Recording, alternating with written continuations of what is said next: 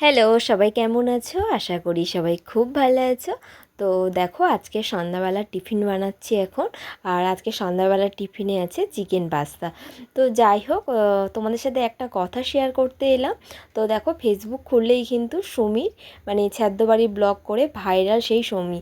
তো সত্যি কথা বলতে ওকে হয়তো সবাই হেটস কমেন্ট করেছে, অনেক অনেক অনেক প্রচুর কমেন্ট করেছে। ও কিন্তু ওগুলোকে পাত্তা দেয়নি। ও কিন্তু ওর কাজটা কিন্তু ও ঠিক মতন করে গেছে। অনেক অনেক ভিডিও আপলোড করেছে, পিছনের দিকে না তাকিয়ে সামনের দিকে। ও কিন্তু সাকসেস পেয়েছে, ও সত্যিই খুব সুন্দর একটা বাড়ি বানিয়েছে। তারপরে ওর স্বপ্নগুলোও পূরণ করছে। হ্যাঁ, অবশ্যই খারাপ আছে, খারাপ ভালো দুটোই সবসময় আমাদের চলার পথে শিকার হতে হয়। কিন্তু খারাপটা ভেবে পিছিয়ে গেলে হবে না, তো সামনের দিকে যেতে হবে। যাই হোক, সে ভালো খারাপ আমি অতটাও জানতে চাচ্ছি না। আর ওর ভিডিও আমি দেখি অল্প, সবসময় দেখি না।